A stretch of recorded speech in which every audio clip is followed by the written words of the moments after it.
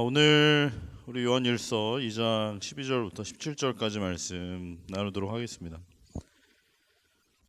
여러분, 우리가 쓰고 있는 이 휴대전화 1세대 이동통신 할 때는 이제 음성통화만 가능했습니다. 1세대 이동통신 서비스가 시작된 거는 이제 1984년이라고 그래요. 한참 전이죠. 그러다가 이제 휴대전화로 문자를 보낼 수 있게 된 것은 1996년이라고 합니다. 그러다가 이제 휴대전화로 막 사진도 보내고 동영상도 보내고 이렇게 멀티미디어를 할 수 있게 된 거는 2002년 3세대 이동통신이었을 때 이제 가능했던 일이라고 합니다. 지금 우리가 쓰고 있는 것은 이제 4G죠. 이게 2011년부터 가능했던 것인데요. 이 4G 경우에는 지금 그 다운로드 속도가 300MB PS라고 얘기를 하죠. 굉장히 빠릅니다. 그렇죠? 근데 여러분, 한국은 벌써 12월 1일부터 5G 시대가 열린 것을 알고 계십니까? 이 호주는 굉장히 느리니까 우리가 잘 모르지만 한국은 벌써 5G예요. 이 5G는 1기가 영화를 10초 안에 받을 수 있는, 지금보다 70배가 빠른 속도라고 합니다. 엄청나죠? 와, 이게 진짜 정말 우리 한국은 굉장히 빨리빨리 하는 거 좋아하고 모든 것이 이제 굉장히 빠른 세상인데, 이제 내년 2월에 갤럭시 10이 이제 S10 정식으로 이제 공개되면서 5G 모델이 이제 내년에 본격화가 될 것이다라고 지금 다들 기대하고 막 흥분해 있습니다.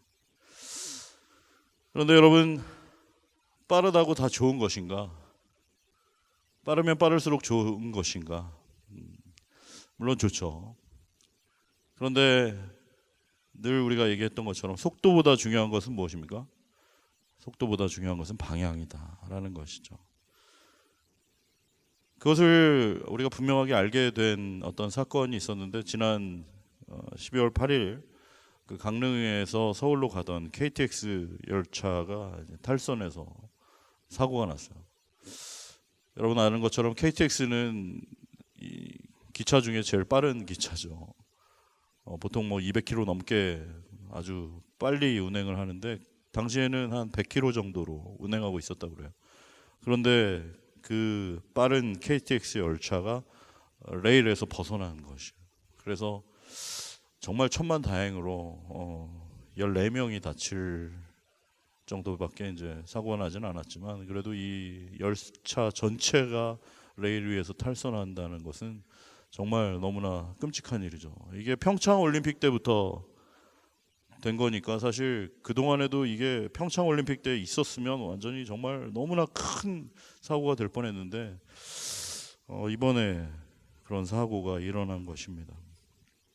그런데 사실 알고 보면 이 대형 사고가, KTX 사고가 최근 들어서 굉장히 꾸준히 있었다라는 것이에요. 여러 차례 있었다라는 것이. 이것을 이제 우리 하인리히 법칙이라는 법칙이 있다고 합니다. 무엇입니까? 큰 사고가 일어나기 전에 작은 사고들이 계속 일어난다라는 것이. 그래서 결국 그것이 징조를 알려주고 이렇게 뭔가 잘못됐다라는 것을 계속해서 알려주고 있다라는 거예요. 그런데 그것을 계속 무시하고 이제 정확하게 그걸 점검하지 않으면 나중에는 결국 걷잡을 수 없는 그런 큰 사고가 이어진다라는 것이죠. 여러분, 연말이고 굉장히 바쁘고 분주하고 모든 것이 너무 빠르게 움직이고 있는 이 시간에 나는 지금 어디로 가고 있는가? 내 속도보다 중요한 것이 방향인 것을 잊지 말고, 나의 삶이 지금 과연 무엇을 향해 가고 있고 지금 어디로 달려가고 있는지, 속도도 중요하지만 내 방향이 지금 올바르게 되어 있는지 점검하는 이 연말이 되기를 바랍니다. 그리고 특별히 우리에게도 여러 가지 신호들이 계속 있을 거예요. 하나님이 계속해서 우리 각자에게 말씀하시는 어떤 분명한 반복되는 이야기들이 있을 텐데 내가 혹시 그 신호를 무시하고 있지는 않은가, 그 경고를 무시하고 있지는 않은가, 좀 다시 한번 돌아보고 말씀으로 돌아오는 그런 우리 모두 되길 바랍니다. 그동안 이제 우리가 예레미야 말씀을 이제 계속 매일 성경으로 묵상하다가 이제 이번 주부터 요한일서로 들어섰는데요. 여러분, 이 요한일서는 이 요한복음 썼던 예수님의 제자였던 그 요한이 쓴 것입니다. 여러분, 요한이 쓴 사복음서의 요한복음 너무나 잘 알고 있죠. 예수님의 행적과 말씀을 이제 기록한 요한복음인데, 요한이 요한복음을 쓰고 나서 굳이 또 요한일서를 쓴 이유가 있을까? 뭐 혹시 빼먹은 게 있어서 다시 썼나? 왜 요한일서를 썼을까? 그런 생각을 한번 해보신 적이 있습니까? 이 요한일서를 쓸 당시 그 교회의 상황이 어떠했는가, 그걸 좀 한번 우리가 들여다보면 몇 가지 이유를 짐작할 수가 있어요. 이 사도 요한이 요한일서를 쓸 당시에는 예수님과 직접 함께 사역했던 뭐 베드로, 안드레, 야고보, 뭐 빌립, 도마, 이런 사람들은 이미 순교를 한 후였다라고 학자들은 말합니다. 그리고 사도 요한 역시 예수님을 따라다녔던 어떤 젊은 청춘의 어떤 그런 청년의 때가 아니라 이제는 자기도 이제 나이가 들어서 언제 하나님이 부르실지 알지 못하는 그런 인생의 황혼기를 맞이하는 노년에 이 지금 요한일서를 지금 쓰게 되었다라고 학자들은 말해요. 그런데 그 당시에 이제 상황이 어떠했는가? 그 처음에 뜨거웠던 그 초대교회, 그 정말 성령 충만하고 아주 열심히 있던 그런 초대교회가 그들 가운데, 그 성도님들 가운데 복음의 열정과 그 초심을 잃어버린 사람들이 이제 한두 명 생겨나기 시작한 것이다라는 것이죠. 뭔가 초대교회 가운데 그 처음에는 굉장히 뜨겁고 열심이고 아주 분명한 예수 그리스도를 향한 그 사랑과 고백으로 시작을 했는데 이게 점점 조금씩 이상 징후들이 생기기 시작했다라는 것이죠. 여러분, 초대교회 성도들이 어떤 성도들이었습니까? 우리 잘 아는 것처럼 그야말로 성령으로 충만하고 예수 그리스도 사랑하는 마음 가지고 교회 밖으로는 거침없이 담대하게 복음을 전하는 그런 성령에 불타는 교회였습니다. 정말 세상이 감당하지 못하는 그런 사람들로 모여있는 아주 똘똘 뭉친 그런 아주 뜨겁고 순수한, 당장이라도 세상을 뒤집어 놓을 것 같은 그런 교회였다라는 것이죠. 그리고 교회 안으로는 어땠습니까? 사도행전 2장 44절 47절 말씀에 보면 다 같이 한번 읽어볼까요? 시작. 믿는 사람이 다 함께 있어 모든 물건을 서로 통용하고 또 재산과 소유를 팔아 각 사람의 필요를 따라 나눠주며 날마다 마음을 같이하여 성전에 모이기를 힘쓰고 집에서 떡을 떼며 기쁨과 순전한 마음으로 음식을 먹고 하나님을 찬미하며 또 백성에게 칭송을 받으니 주께서 구원받는 사람을 날마다 더하게 하시니라. 아멘. 사람들이 함께 있어서 물건을 서로 통용하고 자신의 재산을 팔아가지고 서로 나누고 날마다 마음을 같이하여 성전에 모이기를 힘쓰고 떡을 떼고 기쁨과 순전한 마음으로 그렇게 모이기에 힘썼던 사람들, 그 사람들이 초대교회 사람들이었다는 거예요. 사도행전 4장 32절 말씀에도 뭐라고 되어 있어요? 다 같이 읽어봅시다. 시작.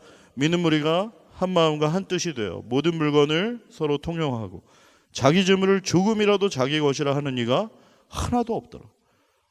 어떤 사람 좀 부자일 수 있겠죠. 어떤 사람 좀 가난할 수 있습니다. 그런데 부자인 사람도 자기 재산과 자기 재물을 자기 것이라고 생각하지 않고 하나님의 것이라고, 이거 다 없는 우리 필요한 형제들 다 이렇게 나눠 가지라고 하나님이 주신 거라면서 기꺼이 어려운 형제들하고 나누는, 조금 더 자기 것을 자기 것이라고 하는 사람이 없는 그런 모습이었다는 것이. 그런데 이랬던 분들이 이제 조금씩 달라지기 시작한 것이에요. 입으로는 전처럼 예수님 사랑한다고 그 고백은 여전히 하고 있는데 뭔가 예전 같지 않은 것이죠. 자꾸만 모든 것이 어쩌면 귀찮게 느껴지기 시작한 거죠. 자꾸만 내 것을 아낌없이 막 퍼주고 나눠주다 보니까 이러다가 다 나 거덜나는 거 아닌가. 내 것도 챙겨야지 막 이런 생각이 들고 막 아까운 생각이 들기 시작했던 것이죠. 날마다 모이는 거 이거 너무 부담스러운 것이에요. 그냥 일주일에 한 번 정도 만나면 좋겠다 이렇게 말하는 사람들도 생겨났을 것입니다. 그리고 뭐 요즘 경기 너무 안 좋다고 막 이렇게 진짜 경제가 안 좋을 때가 없다면서 막 이렇게 성찬식, 애찬식 이런 거 하지 말고 그냥 간단하게 하자 뭐 이런 사람도 있을 것이고, 모이기로 한 시간에 늦게 오는 사람들 한두 명 생길 것이고, 뭐 오늘은 바쁜 일이 있어서 못 갈 것 같다고 이런 사람들도 생겨났을 것입니다. 그래서 사도 요한이 이제 설교하는데 자꾸 시간이 길어지면 자꾸 시계 보고 이렇게 자꾸 시간 길어지면 앞으로 계속 모임 나오기 어려울 것 같다고 막 이렇게 얘기하는 사람들도 있었을 거예요. 더 심각한 문제는 이제 서로 형편과 처지와 수준과 성격을 다 알다 보니까 같이 사역을 하면서 마음에 맞지 않는 부분들이 서로 이제 보이기 시작하는 것이, 갈등이 생기기 시작하는 것이. 그런데 서로 의견이 다르면 그거 이제 토라지고 삐지고 미워하고 한번 마음이 맞지 않으면 절대 용서하지 않고 돌이키지 않고 마음에 원한 맺힌 거 끝까지 풀지 않고 그냥 끼리끼리 자기 마음에 맞는 사람들, 자기 코드에 맞고 자기하고 비슷한 사람들끼리만 만나서 이야기하다가 그냥 집에 돌아가면서도 자신들의 신앙이 전혀 아무런 문제가 없다라고 생각하는 그런 사람들이 자꾸만 생겨나기 시작한 것이죠. 너무나 안타까운 것은 이게 초대교회만의 모습이 아니라는 것입니다. 오늘 저를 포함한 우리의 모습도 그 초대교회 성도들의 모습과 많이 다르지 않다라는 것이죠.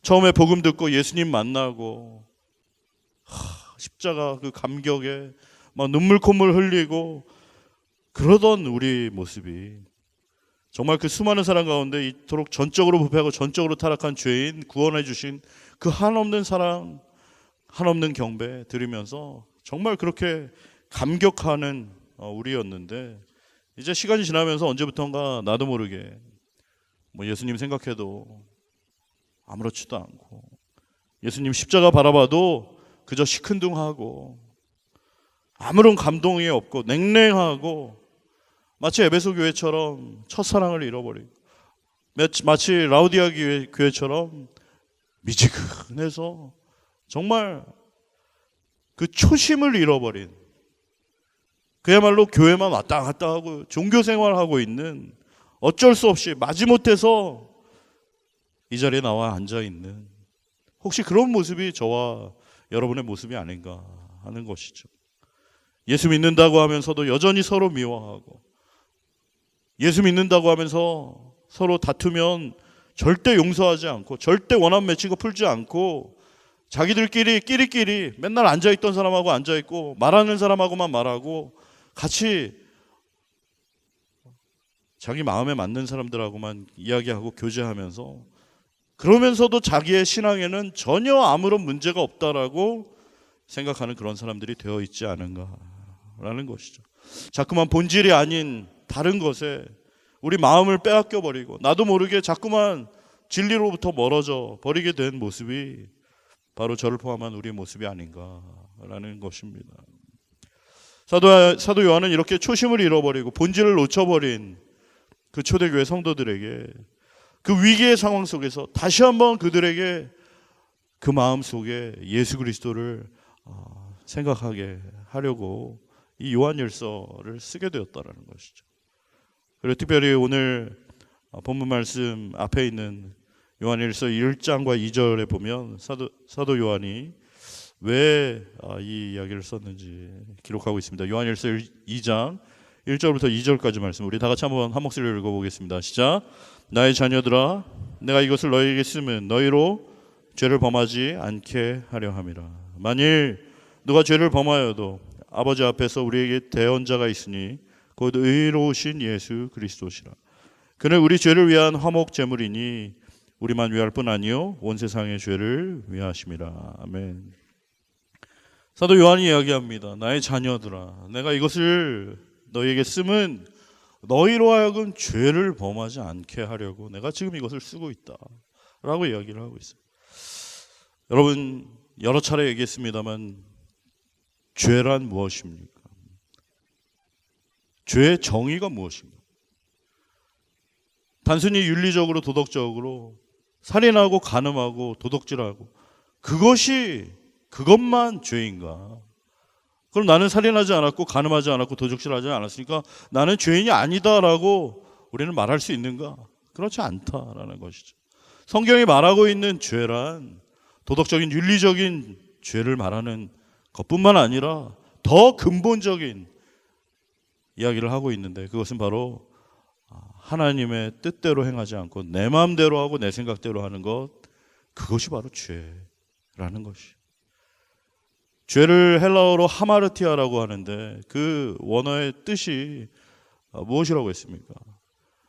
어떤 관역을 향해서 활을 당겼는데, 화살을 날렸는데 그 화살이 관역에 가서 맞지 않고 그 관역을 빗나가는 것, 그것이 바로 죄의 정의라고 할 때, 성경이 말하는 죄란 단순히 살인하고 간음하고 도둑질하지 않는 것을 말하는 것이 아니라 하나님이 계획하신 대로 하나님의 뜻대로 순종하지 않고 하나님의 뜻으로부터 벗어나는 것, 내 마음대로 내가 하고 싶은 대로 내 기분대로 하나님의 뜻을 벗어나는 것, 그것이 바로 죄의 핵심이라는 것. 로마서 3장 23절 너무나 잘 아는 말씀이죠. 뭐라고 합니까? 로마서 3장 23절 다 같이 읽겠습니다. 시작. 모든 사람이 죄를 범하였으며 하나님의 영광에 이르지 못한다라고 얘기해요. 모든 사람, 그 어떤 사람도 예외 없이 모든 사람이 죄를 범하는, 하나님의 뜻에 순종하지 않고 자기 마음대로 자기 생각대로 하나님의 뜻을 벗어난다는 것이죠. 결국 하나님의 영광에 이르지 못하는 것이죠. 로마서 6장 23절에는 뭐라고 얘기합니까? 다 같이 시작. 죄의 삭은 사망이요 하나님의 은사는 그리스도 예수 주 안에 있는 영생이니라. 죄의 삭이 무엇이라고요? 죄의 결과 죽음이라는 것입니다. 사망이라는 것이죠. 마치 12월 8일 강릉 KTX가 그 선로로부터 벗어나, 그 레일로부터 벗어나서 끔찍한 결과를 맞이하게 된 것처럼 우리 각자에게 하나님께서 가지고 계신 그 하나님의 뜻, 하나님의 말씀, 그것이 마치 기차의 레일과 같은데 그 레일에 따라서 운행을 하지 않고 그 레일을 벗어나게 되면 결국 그 죄의 결과는 끔찍한 사망이다, 죽음이다 라고 성경은 이야기하고 있는 것입니다. 다시 한번 사도 요한은 그 초심을 잃어버리고 그 처음 마음, 정말 예수 그리스도를 처음 만났을 때 그때 그 구원의 감격과 기쁨을 잃어버리고 자기 마음대로 자기 생각대로 살아가는, 그러면서도 아무런 문제가 없다라고 생각하고 있는 그 사람들에게 요한일서를 쓰면서 그들로 하여금 다시 한번 예수 그리스도 십자가 복음으로 돌아올 것을 요청하고 있는 것입니다. 여러분, 정말 예수님, 그분이 누구신지 여러분은 그 예수님께 집중하고 있습니까? 예수님이 하신 일을 바라보고 예수님이 가져다 줄 어떤 것을 기대하고 나의 문제, 나의 어려움을 해결해 줄, 마치 알라딘 램프의 지니처럼 능력 있는 어떤 존재로 나의 삶을 바꿔줄, 나의 문제를 해결해 줄, 결국 나의 목적을 위해 동원하는 그런 대상으로서의, 도구로서의 예수님이 아니라 정말 예수님, 그분이 누구시고 그분이 뭐라고 나에게 말씀하시는지 거기에 우리가 집중하고 있는가, 그것을 돌아봐야 된다는 것이죠. 정말 예수 그리스도, 그분이 누구시며 그분이 어떤 일을 행하셨는가, 그 놀라운 하나님의 아들이 나를 위해 어떤 일을 베풀어 주셨는가. 2000년 전 그 십자가 갈보리 언덕에서 물과 피를 쏟으신 것이 정말 이 전적으로 부패하고 전적으로 타락한 이 죄인 대신 하나님께서 그 아들에게 행하신 그 놀라운 은혜와 사랑이 정말 내가 그것을 알고 있는가? 혹시 그것을 잊지는 않았는가? 다시 한번 그것을 새롭게 해야 한다는 것이죠. 여러분, 이런 표현이 어떨지 모르겠습니다. 저는 이제 원래 서울에서 태어나서 서울에서만 자랐지만 아시는 것처럼 여기 오기 전에 이제 부산에서 몇 년 있었던 적이 있었죠. 그래가지고 이제 우리 세 가족 중에 이렇게 보다 보면 이제 일주차를 제가 만나잖아요. 근데 이렇게 부산에서 오신 분들이 이제 종종 있습니다. 그럼 이제 우리 세 가족 리더들이 저한테도 목사님은 부산에서 오신 분들을 만나면 굉장히 반가워하시는 것 같다고. 반가워요, 반가워. 그런데 이제 그 부산에서 온 분들하고 이렇게 좀 금방 친해질 수 있는 방법을 제가 하나 알고 있는데 그것은 무엇입니까? 그분들하고 이제 돼지국밥 이야기를 하는 거예요. 돼지국밥 이야기를 딱 시작하면 그 딱딱하고 어색했던 분위기가 그냥 눈 녹듯이 사라지면서 그분들이 그냥 그 돼지국밥에 대한 그 추억을 막 이야기하기 시작하는 거예요. 그 어느 집이 맛있다고 하면서 그 돼지국밥에 대한 막 본인들의 막 그 생생한 증언들을 막 간증하기 시작하면서 막 돼지국밥에 막 증인들이 되기 시작하는 거예요. 그래서 그 돼지국밥 이야기를 하면서 벌써 정말 사귐과 나눔이 교제가 가능해지고 그런 것을 여러 번 경험했습니다. 왜 그렇습니까?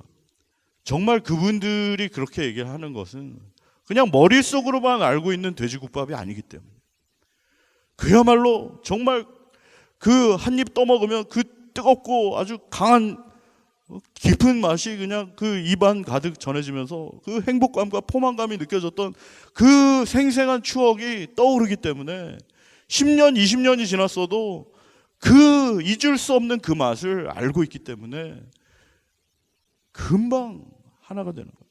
마찬가지. 여러분, 우리의 예배 또 우리의 모든 사역들 내가 왜 지금 아무런 것 감동도 없이 냉랭한가? 그것은 어쩌면 둘 중에 하나예요. 내가 정말 예수 그리스도 그분에 대한 이 감격과 감동을 머리로는 알고 있지만 내가 정말 실제로는 경험해 보지 못했기 때문에 그럴 수 있고, 두 번째는 내가 정말 예전에는 그 예수 그리스도 생각하면 내 막 심장이 쿵쾅거리고 눈물과 콧물을 흘리면서 온 세상이 달라 보이고 정말 예수 믿는 사람들 만나면 그렇게 반가울 수가 없고 하나가 되고 그렇게 서로 섬기면서 사랑으로 하나 됐었는데 그때 그 감격을 내가 지금 잊어버렸기 때문이죠. 바라기는 이 시간 성령께서 우리로 하여금 다시 한번 우리가 예수 그리스도 처음 만났을 때 정말 예수 그리스도 그 십자가 복음과 정면으로 충돌해서 정말 눈물 콧물을 흘리면서 다시 한번 정말 나의 인생을 온전히 그분께 드리고 정말 예수 그리스도 그분이 나의 주인이시고 그분이 나의 왕이신 것을 고백하며 정말 그분의 말씀대로만 살기로 다짐했던 그때 그 감격과 설레임이 다시 한번 우리 안에 회복되게 하시기를 주님의 이름으로 축원합니다. 시편 34편 8절 10절 말씀에도 시편 기자는 이렇게 얘기하죠. 다 같이 한번 읽어봅시다. 시작. 너희는 여호와의 선하심을 맛보아 알지어다. 그에게 피하는 자는 복이 있도다. 너희 성도들아 여호와를 경외하라. 그를 경외하는 자에게는 부족함이 없도다. 젊은 사자는 궁핍하여 줄일지라도 여호와를 찾는 자는 모든 것에 부족함이 없으리로다. 할렐루야. 너희는 여호와의 선하심을 맛보아 알지어다 라고 이야기를 하고 있어요. 그냥 정말 머릿속으로만 지식적으로만 아는 것이 아니라 관념 속으로 전설 속에 막연한 누군가의 그런 하나님이 아니라 정말 여전히 살아계셔서 나의 삶을 붙드시고 책임지시고 인도하시는 그 놀라운 살아계신 하나님, 그분을 경험하라는 것이죠. 예수 그리스도 십자가 그분의 그 공로와 보혈의 그 능력을 정말 다시 한번 우리 삶으로 경험하라. 맛보아 알지어다. 그리고 정말 우리가 그렇게 맛보아 알게 된다면 거기에 이어지는 우리의 반응이 있는데, 그것은 바로 그분의 계명을 지키게 된다라는 것이에요. 오늘 본문 앞에 있는 요한일서 2장 3절부터 6절 말씀 한번 우리 같이 읽어보겠습니까? 다 같이 읽어봅시다. 시작. 우리가 그의 계명을 지키면 이로써 우리가 그를 아는 줄로 알 것이요, 그를 아노라 하고 그의 계명을 지키지 아니하는 자는 거짓말하는 자요, 진리가 그 속에 있지 아니하되, 누구든지 그의 말씀을 지키는 자는 하나님의 사랑이 참으로 그 속에서 온전하게 되었나니, 이로써 우리가 그의 안에 있는 줄 아노라. 그의 안에 산다고 하는 자는 그가 행하시는 대로 자기도 행할지니라 라고 이야기하고 있습니다. 우리 예수님도 말씀하셨죠. 요한복음 14장 21절 23절 24절 다 같이 한번 읽어봅시다. 시작. 나의 계명을 지키는 자라. 나를 사랑하는 자니 나를 사랑하는 자는 내 아버지께 사랑을 받을 것이요, 나도 그를 사랑하여 그에게 나를 나타내리라. 예수께서 대답하여 이르시되, 사람이 나를 사랑하면 내 말을 지키리니 내 아버지께서 그를 사랑하실 것이요, 우리가 그에게 가서 거처를 그와 함께 하리라. 나를 사랑하지 아니하는 자는 내 말을 지키지 아니하나니, 너희가 듣는 말은 내 말이 아니요 나를 보내신 아버지의 말씀이니라. 할렐루야. 너희가 정말 하나님을 안다면 너희는 하나님의 계명을 지키게 되어 있다라고 얘기하고, 너희가 정말 나를 사랑한다면 나의 계명을 지킬 것이다. 나의 계명을 지키는 그 사람이 바로 나를 사랑하는 자다라고 예수님께서 분명히 이야기를 하셨어요. 사도 요한 또 그렇게 얘기를 하는 것이죠. 너희가 정말 그 죄로부터 돌이켜 하나님의 그 율법을 지키고 그 계명을 지키고 정말 예수 그리스도를 아는 자로 살아가라라고 요한일서를 통해서 도전하고 있는 것입니다. 특별히 사도 요한이 오늘 보면 이제 15절부터 17절까지 말씀에 이렇게 이야기를 합니다. 다 같이 한번 읽어봅시다. 시작. 이 세상이나 세상에 있는 것들을 사랑하지 말라. 누구든지 세상을 사랑하면 아버지의 사랑이 그 안에 있지 아니하니, 이는 세상에 있는 모든 것이 육신의 정욕과 안목의 정욕과 이생의 자랑이니 다 아버지께로 온 것이 아니요 세상으로부터 온 것이라. 이 세상도 그 정욕도 지나가되 오직 하나님의 뜻을 행하는 자는 영원히 거하느니라. 할렐루야. 이 세상이나 이 세상에 있는 것들을 사랑하지 말라라고 사도 요한은 이야기합니다. 여러분, 우리는 누군가를 사랑하게 돼 있어요. 과연 나는 누구를 사랑하는가? 하나님을 사랑하는가? 아니면 세상을 사랑하는가? 여러분은 어떠십니까? 여러분 정말 하나님을 사랑하는 사람 맞습니까? 아니면 여러분은 세상을 사랑하는 사람인가요? 사실 여러분 솔직히 얘기해서 하나님을 사랑하지 않는 분은 이 자리에 안 계실 것 같아요. 하나님 사랑하시기 때문에 이 자리에 계신 것이죠.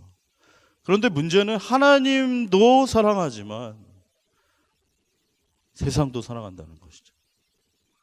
우리가 하나님 사랑하지 않는 사람은 이 중에 거의 없습니다. 하나님을 다 사랑하죠.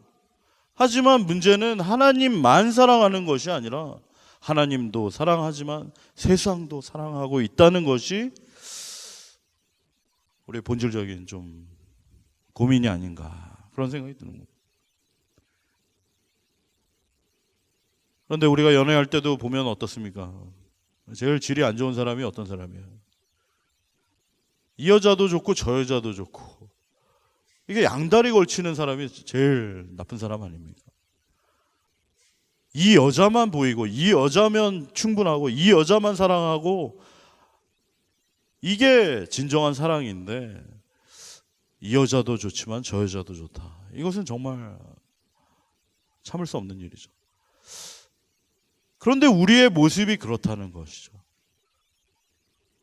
예전에 이스라엘 백성들도 마찬가지고, 그들은 하나님을 사랑하지만 하나님도 사랑하고 우상도 섬기고 하나님도 사랑하고 우상도 사랑하는 그런 끊임없는 죄악이 우리가 그동안 살펴봤던 예레미야를 통해서 하나님께서 결국 그들에게 돌이키라고 말씀하셨던 중요한 포인트라는 것이죠.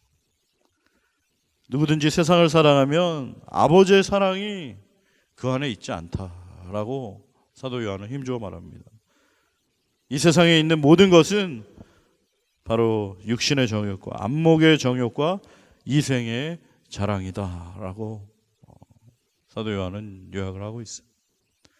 여러분, 육신의 정욕과 안목의 정욕과 이생의 자랑, 이것을 또 다른 말로 하면 뭡니까? 리차드 포스터가 이야기하고 있는 머니, 섹스, 파워, 그 세 가지인 것이죠. 이 세상에 있는 모든 유혹들, 그 욕심들 세 가지로 정리할 수 있는데, 그것은 가장 큰 머니와 섹스와 파워, 이 세 가지. 내가 하나님보다 더 사랑하고 하나님보다 더 의지하고 하나님보다 더 집착하고 하나님보다 더 든든하게 여기는 그 무엇, 그것이 바로 우상이라고 할 때, 그 우상의 세 가지 가장 큰 것이 있다면 바로 머니, 섹스, 파워, 육신의 자랑, 육신의 정욕과 안목의 정욕과 이생의 자랑이라고 요약할 수 있다라는 것이죠. 이것은 창세기 3장에 나오는 하와에게 그 선악과를 통해서 유혹했던 사탄의 방법과 똑같습니다. 하나님께서 먹지 말라고 말씀하신 그 선악과, 뱀의 유혹을 받아서 결국 바라보았을 때 그 선악과가 어떻게 보였습니까?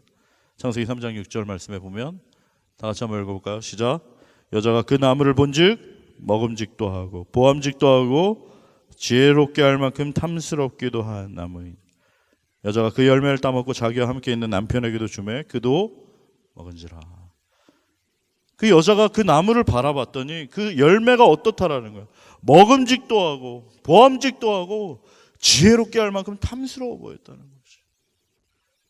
그것이 바로 육신의 정욕과 안목의 정욕과 이생의 자랑, 머니, 섹스, 파워하고 예나 지금이나 사탄이 우리를 넘어뜨리고 유혹하는 그 패턴은 똑같다라는 것이죠. 여러분, 오늘 정말 이 주일날, 예를 들어서 어저께 그렇게 재해, 막 바람 많이 불고 막 전선 끊어지고 나무 넘어져서 저거 복구하는데 긴급한 인력이 필요합니다. 오늘 캐시잡 1000불, 선착순 100명. 딱 광고가 뜨면 어떨까? 어저께 바람 많이 불어서 천둥 많이 치고 번개 불어가 이렇게 내려가지고 막 지금 엉망인 거 알지? 거기 피해 복구하는데 사람이 좀 필요하거든. 좀 오늘 와서 좀 같이 일할래? 캐시로 1000불이야. 그런 전화를 여러분 받는다면 어떻게 하겠어요? 2시 반이야. 2시 반까지 스트라로 오면 돼. 그런 전화를 여러분 받았다면 어떻게 하겠습니까? 저 그 돈 필요 없습니다. 다른 사람한테 연락하세요. 저는 예배 드리러 갑니다. 쿨하게 얘기할 수 있겠죠. 그럴 수 있는 사람이 많지 않다는 거예요. 캐시잡 1000불인데 오늘만 가서 일하면 1000불을 준다는데, 그 돈의 유혹 앞에 그래? 그럼 오늘만 잠깐 좀 급한 일 있다고 그러고 갔다 올까? 요즘 힘든데 1000불이 어디야? 그 1000불이면 진짜 나의 지금 모든 문제 한 방에 해결할 수 있겠어. 그리고 그 잡을 위해서 가는 사람이 많을 수 있다라는 것이죠. 여러분, 정말 이것이 남의 일이 아니고 절대 과장된 이야기가 아닙니다. 지금 우린 청년의 때고 정말 이런 일이 많지는 않지만 점점 나이가 들수록 포지션이 올라갈수록 그 돈의 유혹은 엄청나다라는 거예요. 하나님보다 더 힘이 있고 하나님보다 더 내 마음을 사로잡고 하나님보다 더 내가 든든하게 느껴지는 거, 그게 바로 예나 지금이나 돈일 수 있다라는 거예요. 과연 내가 그것들을 분별하고 그 유혹을 물리칠 수 있겠는가? 특별히 또 우리 청년들은 어떻습니까? 그 육신의 정욕, 그 성적인 문제에 대해서 여러분은 과연 정말 하나님 앞에 분명한 기준을 가지고 있습니까? 우리 부모님 떠나서 이 호주 시드니로 와서 유학하고 워킹홀리데이 하고 뭐 나 혼자 편하게 살면서 얼마나 무한 자유를 누릴 수 있습니까? 이 시드니 땅에 그렇게 동거하는 커플들이 또 얼마나 많이 있어요. 미리 살아봐야 된다는, 미리 이 사람이 어떤 사람인지 좀 미리 살아봐야 알 수 있지 않느냐. 얼마나 합리적인지 몰라요. 그래서 정말 여러분은 거기에 동의하십니까? 렌트비도 줄일 겸 같이 살아본다는 거예요. 그게 정말 이 세상이 말하는 대로 우리도 그것이 맞다고 생각하고 그렇게 살 것인가. 아유, 왜 꼭 남자 여자만 사귀어야 되느냐. 그냥 자기가 원하는 사람하고 결혼하면 되지 않느냐. 그게 바로 이 땅의 마디그라 아닙니까? 동성애가 합법화되고 작년에 투표했을 때도 64%가 넘는 찬성하는 표가 나왔던 거 결과 다 아시잖아요. 저쪽 이스트에 사는 사람들일수록 찬성표가 높았습니다. 저쪽 부자 동네, 돈 많고 엘리트고 사회적인 포지션이 높은 사람들일수록, 많이 배운 사람들일수록 동성애가 아무런 문제가 없다라는 것에 찬성을 많이 했어요. 여러분도 정말 그렇게 생각하십니까?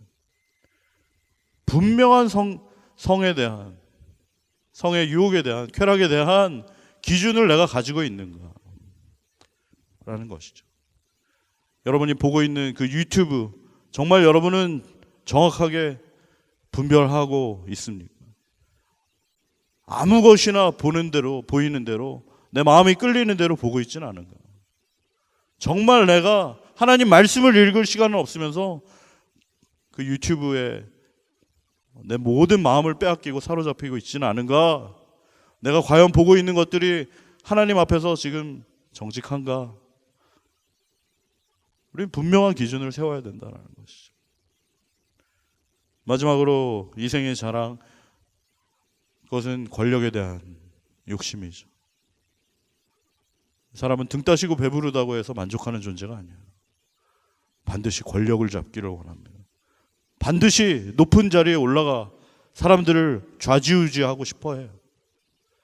사람들이 자꾸만 다른 사람 짓밟고 높은 포지션으로 올라가는 이유가 무엇이에요?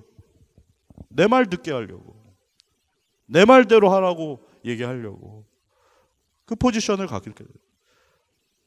거기에 생기는 힘을 원하는 것이, 권력을 원하는 것이. 나이가 들수록 끝까지 놓지 못하는 게 뭐라는 거예요? 그게 권력이라는 거잖아요.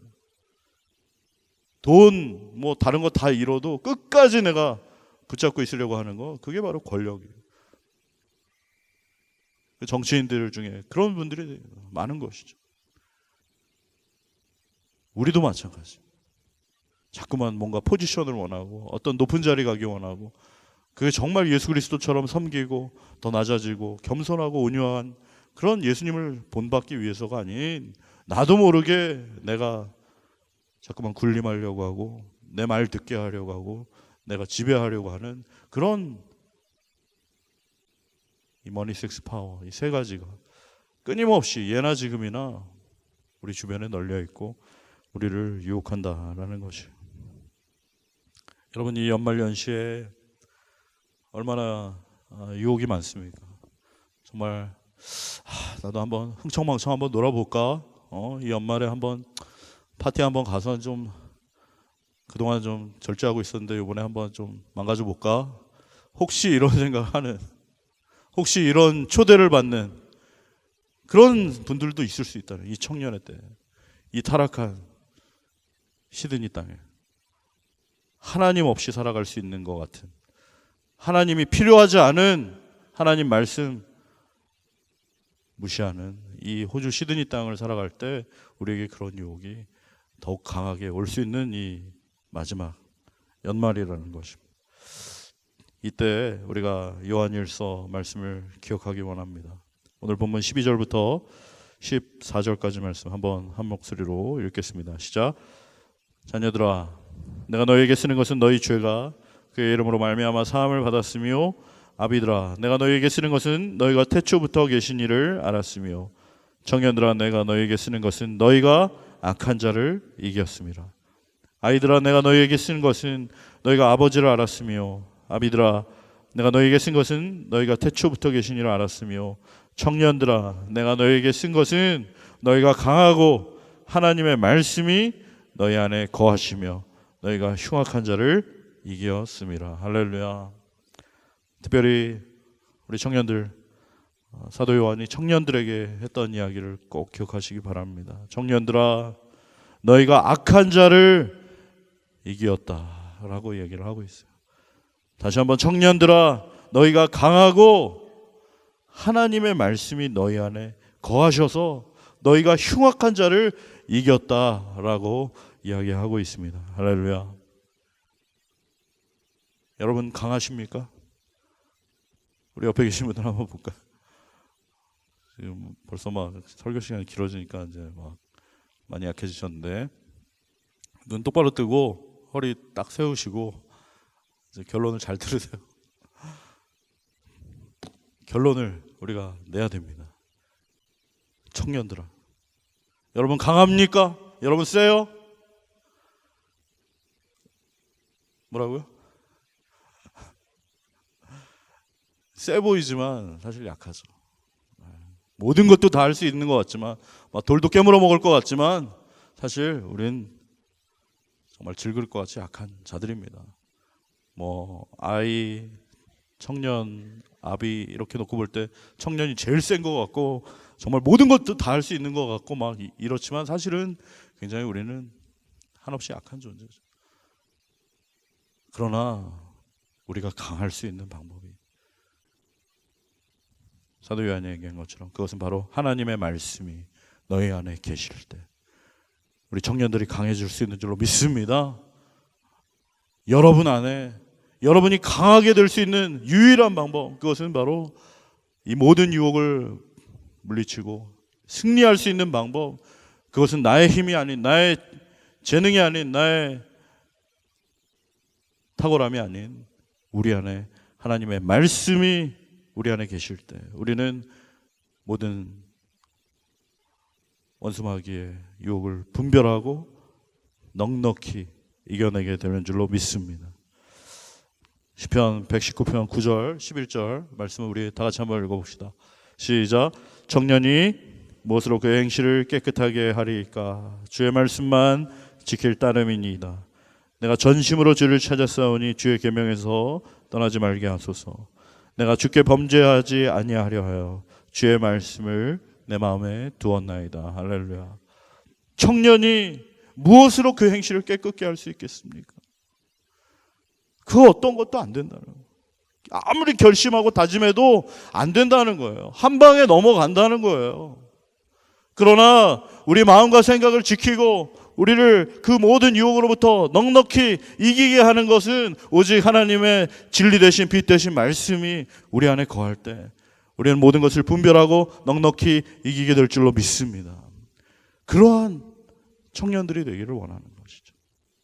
그저 세상이 말하는 대로 이끌려가고 휩쓸려가고 끌려다니는 것이 아니라 하나님의 그 말씀이 우리 안에 거함으로 그 진리 되신 말씀, 빛 되신 말씀이 우리의 삶을 인도하실 때 그 모든 어둠을 뚫고 정면 승부하고 당당하게 승리하게 되는 복된 우리 청년들 다 되게 하실 줄로 믿습니다.